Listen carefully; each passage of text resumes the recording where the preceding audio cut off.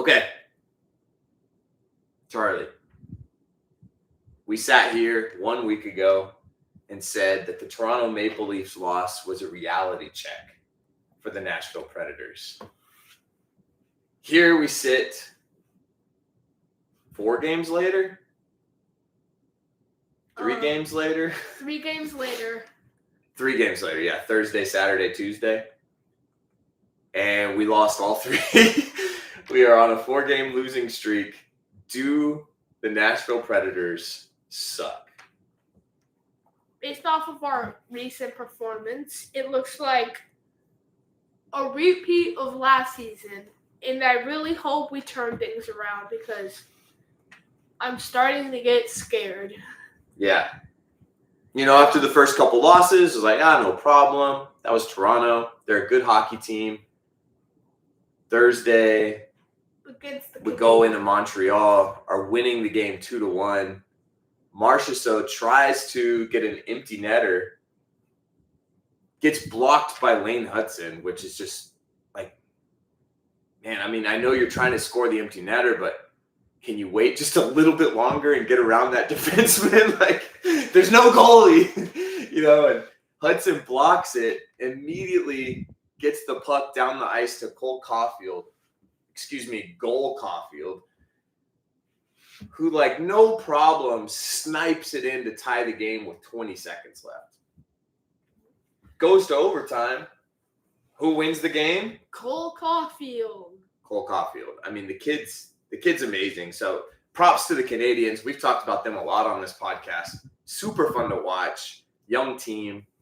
But, man, that one hurt for the Predators. So now I'm thinking, okay, back-to-back losses. And that one stings. But you're still like, yeah, but we were about to win. We got a point out of it. You're still feeling okay. You won one, lost one, overtime loss. That's not a terrible road trip so far. Yeah. Right? 1-1-1. That's an okay We road beat trip. Ottawa, lost to Toronto, lost in overtime to Montreal. Okay? 3 games. Brings us to Saturday. Now, we're at a Halloween party Saturday, so we didn't watch the whole game. But we come home to see the ending, and what happens? Against the Winnipeg Jets, who easily one of the best in our division, maybe the best.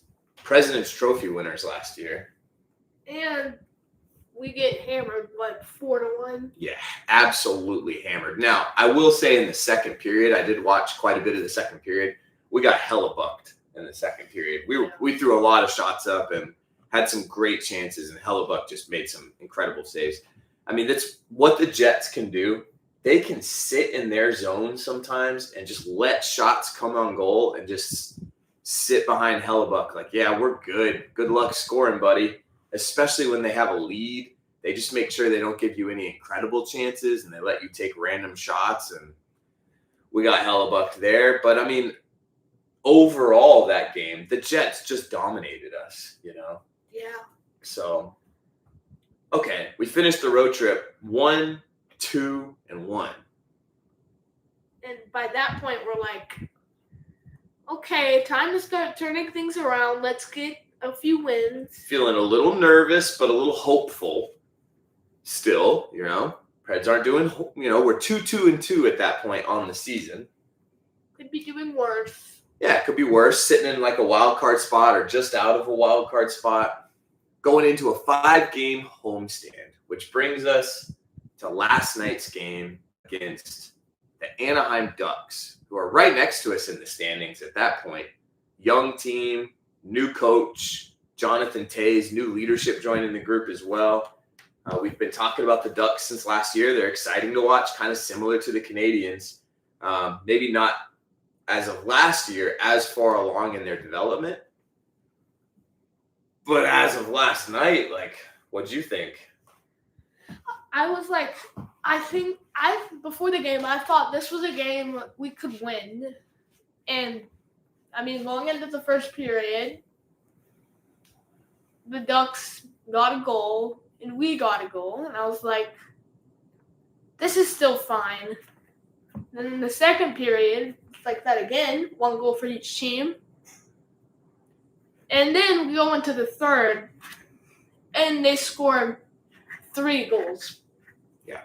And like through the first and second, we got a few we were pressuring them in their own zone. But then in the third, we just weren't controlling the game. Yeah.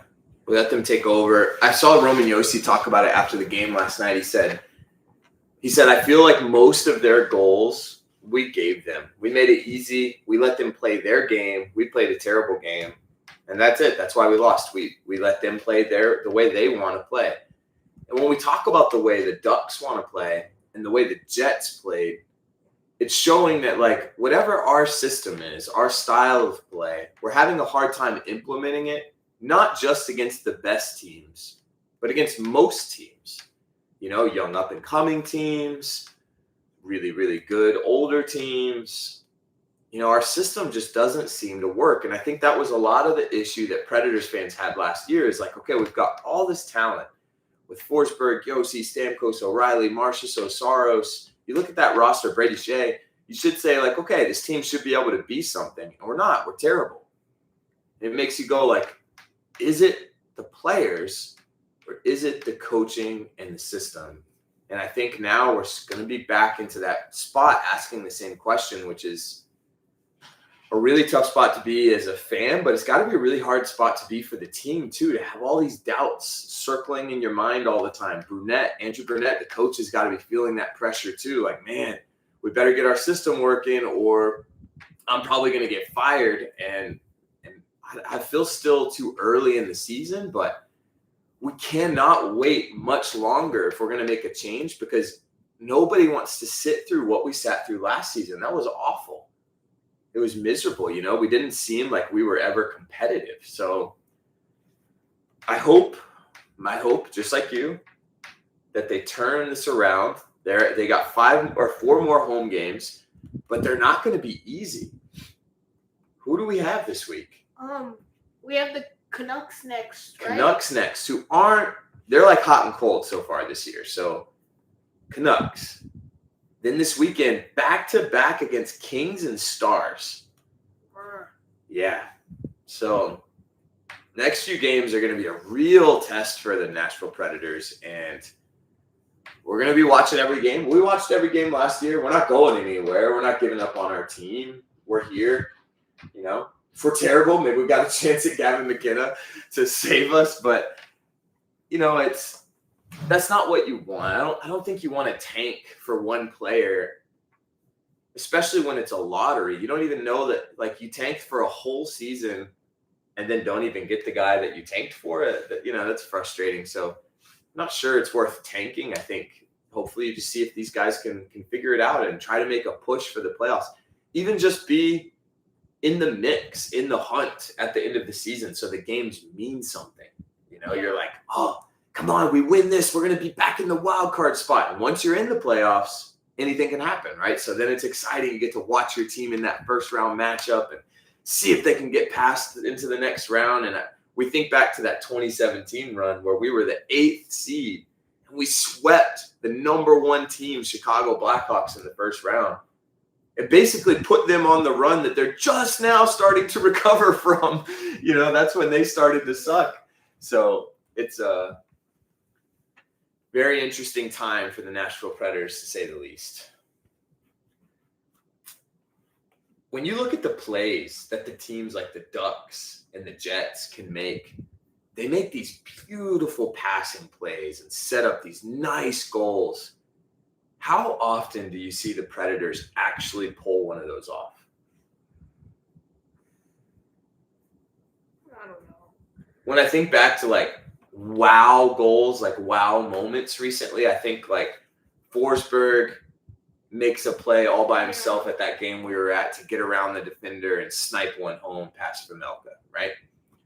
I think of that same game of the goal Josi got waved off where Forsberg makes a nice pass to Josi, gets around the defender, and it was called for offsides. But Josi snipes home a shot off a nice pass from Forsberg. That doesn't happen that often for us. When we try to make a nice tic-tac-toe play, I think McCarron and Cole Smith, had like a couple chances like that last night, and Ozzy Weisblatt, like that fourth line, but they're not skilled enough to make it work. Like it almost always goes wide. Someone misses the puck. Like it just falls apart.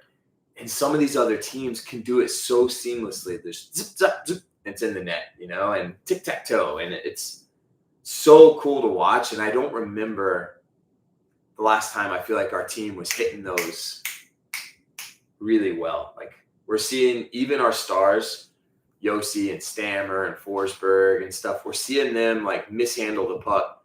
I remember Evangelista getting set up on a nice shot last night, and he just like mishandles it, doesn't even get the shot off, and now it's a turnover, and the other team's going the other way. Who Evangelista's actually looked pretty good the last couple games. Yeah. But we just need cleaner passing setup plays, Uh-huh. You can get away without it.